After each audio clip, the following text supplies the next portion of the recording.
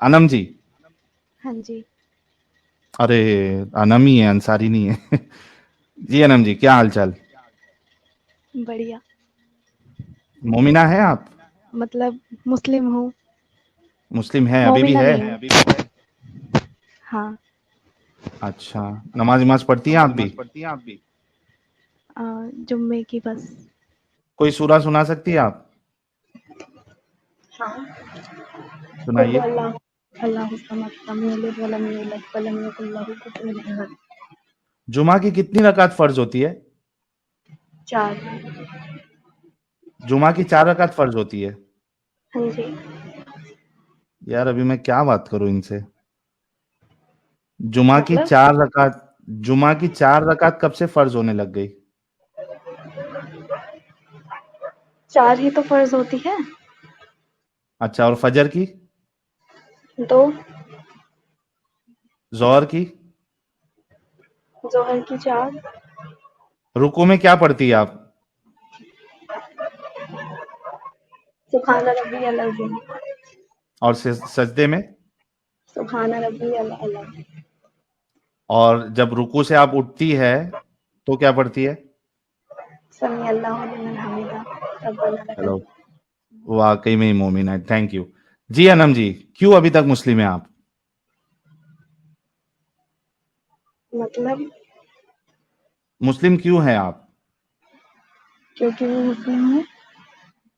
हाँ, लेकिन कुछ अच्छाइयों की वजह से आपने क्या अच्छा लगा जो अभी तक मुस्लिम है? क्योंकि आप ये बताइए कि कितने दिन से हमारा चैनल देख रही हैं? 1 मंथ। 1 मंथ से देख रही हैं तो 1 मंथ में तो हमने काफी सारी इस्लाम में जो प्रॉब्लमेटिक चीजें वो बताई है, आपने देखा है ना? जी, जी। तो भी फिर इस्लाम में क्यों है? मतलब 20% हूँ अब तो। अच्छा, वो 20% रहने की वजह?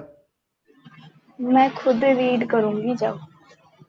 अच्छा, वो 80% क्या वजह है जो आप 80% निकल गई है?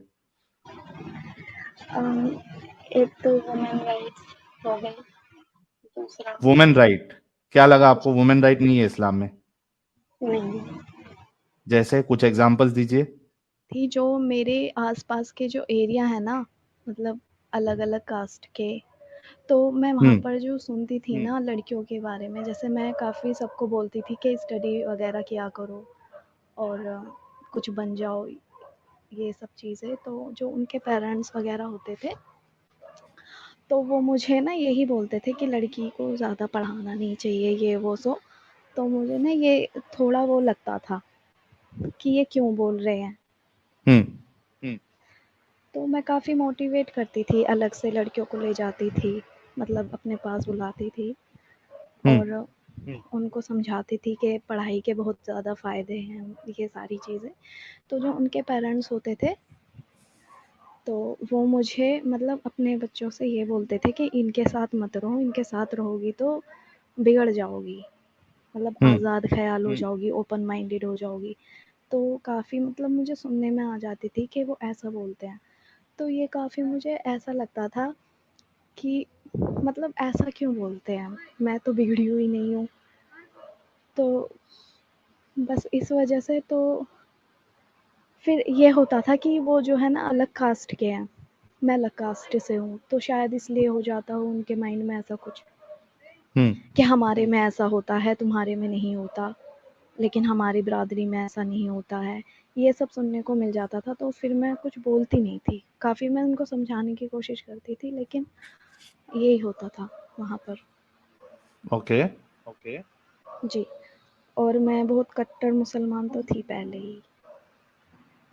फिर? मतलब उसके मतलब जो स्टेटस वगैरह लगाती थी ऐसे ही, मतलब ट्विटर वगैरह में देखती थी ना कि कोई मुस्लिम्स के बारे में ऐसा कुछ भी बोल रहा है, तो मुझे बुरा लगता था कि हम्म। मतलब ये ऐसे क्यों सोच रहे हैं ये सारी चीज़ें। तो जैसे मेरे घर वाले बताते थे अच्छाइयाँ वगैरह ये सब चीज़ें, लेकिन ना जब डीपली जाती थी ना, जैसे कोई दूसरे फैमिली वाले हो गए, उनकी बातें सुनती थी, किसी का डाइवोर्स हो गया तो क्यों हुआ, फिर उनकी कहानियाँ सुनती थी, तो फिर ऐसे ही लगता था कि कुछ ओके। तो गड़बड़ है। जी। तो फिर मैं उनको समझाने की कोशिश करती थी, तो फिर बस वही उनका यही बोलना था कि तुम्हारी कास्ट अलग है, हमारी कास्ट अलग है, हमारे में ऐसा नहीं होता, हमारी बिरादरी में ये नहीं होता। तो फिर ऐसा लगता था शायद ये बिरादरी का सिस्टम है कुछ।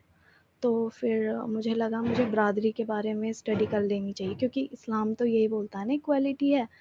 हम्म। तो मैं यही समझाती थी कि इक्वालिटी है, इसमें बिरादरी वाला सिस्टम क्या हो गया। फिर शादी वाली बात आती, तो वैसे तो इक्वालिटी है, लेकिन शादी वाले टाइम पे भी इनका वो होता था, कास्ट सिस्टम वगैरह, दहेज हम्म। वगैरह। फिर पर्दे वाली बात आ जाती थी। अब मैं पढ़ने जाती हूँ, कॉलेज जाती हूँ या फिर रेस्टोरेंट वगैरह जाती थी, तो जैसे देख लेते थे फ़ोटोज़ वगैरह, रिश्तेदार देख लेते थे या फिर कोई मेरी जो फ्रेंड्स वगैरह है या पड़ोसी वगैरह है, तो उनका ये मानना था कि ये जो बाहर जा रही है तो फिर कैरेक्टरलेस है, ऐसे ही ये बोलते देखिए, थे। ये फिर एक मोमिन का कमेंट भी आ गया है। जी।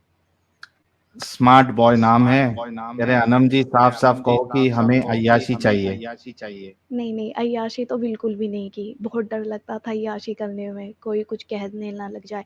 एक्चुअली मेरा जो सीन था ना ये था कि मैं ना एक ऐसी मिसाल बन जाऊँ कि जो मुसलमान में ना वो औरतों को पढ़ाना स्टार्ट कर दे, जो बच्चों को पढ़ना चाहती है काफ़ी लड़कियाँ। तो मेरी बातें जो सुनती थी ना, तो उनका बहुत मन करता था कि हाँ, स्टडी तो बहुत अच्छी होती है। वरना जो भी थे ना वो यही बोलते थे, टीचिंग करवा लो, 12th करवा लो या फिर बीए करवा लो।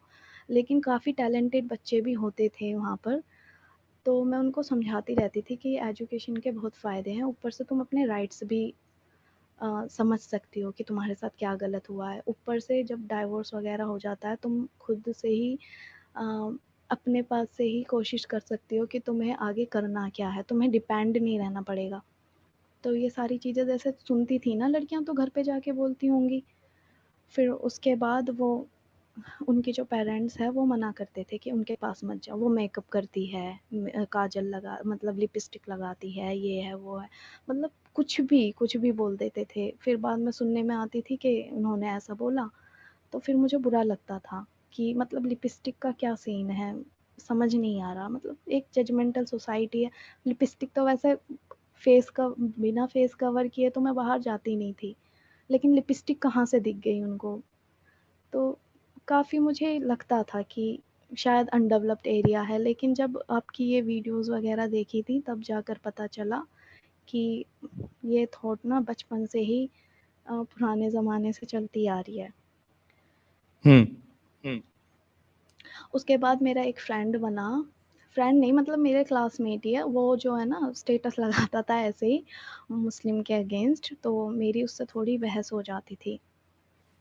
उसके बाद उसने जो है मुझे आपकी ये वीडियोस वगैरह भेजी कि देखो इसको बताओ। तो फिर मैंने ना ये बोला कि ये ना गुमराह हुए हुए हैं, हाँ। ये गुमराह हो गए, इनको कुछ नहीं पता। तो फिर वो यही बोल रहे थे आप ना जलेबी घुमा रही हो। तो फिर मैंने सोचा ये जलेबी क्या चीज़ है। उसके बाद फिर मैंने वीडियोस देखनी शुरू की, मैंने कि मैं ना निकालूँगी, कुछ ना कुछ गलती तो होंगी, गुमराह जो हुए हैं। फिर अब मैंने ना क्रॉस चेक किया, पहले आपकी वीडियोस हो गई और ज़फ़र की वीडियोस हो गई और फिर मौलवी साहब की वीडियोस वग़ैरह मैं ना वो करने लगी, उनकी जो आयत नंबर वग़ैरह वो सारी चीज़ें सर्च करने लगी। उसके हम्म। बाद जब मुझे पता चला ये क्या नाम है, ये स्लेव सेक्स जो होता है, इसके हाँ जी। बारे में मुझे पता नहीं था लोंडी का। मुझे लगा मैंने एक हुरम सुल्तान की सीरीज़ देखी थी, मुझे लगा था ये वहाँ पे होता होगा ऐसा कुछ, उस टाइम पे चला होगा राजा के टाइम पे। लेकिन जब मैंने ये पढ़ा ना कि ये इसमें ही है, इस्लाम में ही है, तो फिर मतलब बहुत अजीब लगा उस टाइम पे। फिर शौक उसके लगा बाद आपको सुन के देख के? शॉक्ड, मुझे तो एंग्ज़ायटी होने लगी थी, 2-3 दिन हो गए मुझे, हाथ-पैर काँपने लगे थे, ये क्या चीज़ है? उससे बाहर जब थोड़ा निकली, फिर उसके बाद पता नहीं अब थोड़ी सोच चेंज हो गई, फिर बस यही हुआ मेरे साथ। तो आप तो फिर निकल चुकी है इस्लाम से। फिर भी मतलब मन-मन में ऐसा है कि कहीं मतलब मैं गलत तो नहीं हूँ, क्या पता आपने मैनिपुलेट कर दिया हो, हम्म। जो नेगेटिव चीज़ें वग़ैरह वो ही ज़्यादा दिखा दी हो, उसकी पॉज़िटिव चीज़ें नहीं दिखाई हों। अच्छी चीज़ें भी एक तो होंगी। अच्छा, आप है ना थोड़ा म्यूट कर लीजिए, एको हो रही है वॉइस। जी, जी। मैं जब बोलूंगा तब आप म्यूट कर लेना, जब आप बोलेंगी तो कोई इश्यू नहीं है। देखिए, अगर एक सिर्फ आर्गुमेंट आपके पास ये बचा, पहली बात तो कॉन्ग्रेचुलेशन जिन भी भाई ने इनको अपना स्टेटस रखा व्हाट्सएप पे, जिसके जरिए से अनम जी को हमारे चैनल के बारे में पता चला और वो देखना शुरू करी और उनको फिर शौक लगा कई सारी चीजों का, खास करके जो सेक्स स्लेवरी वाला टॉपिक है इनके हजम से बाहर था, यानी हजम नहीं हो रहा था इनको कि ये कैसे इंसानियत के मुताबिक हो सकता है। तो first of all thank you for that person. और आप सभी लोगों को भी चाहिए कि सारे लोगों तक बातें पहुंचाएं, ताकि हफ्सा, अनम जैसे कई सारे लोग इस्लाम से बाहर निकले। ये जीता जागता एग्जाम्पल है आप लोगों के सामने कि जब उनके पास जाती है बात तो वो बहुत सारे लोग जो गालियां देते हैं पहले, जैसा ये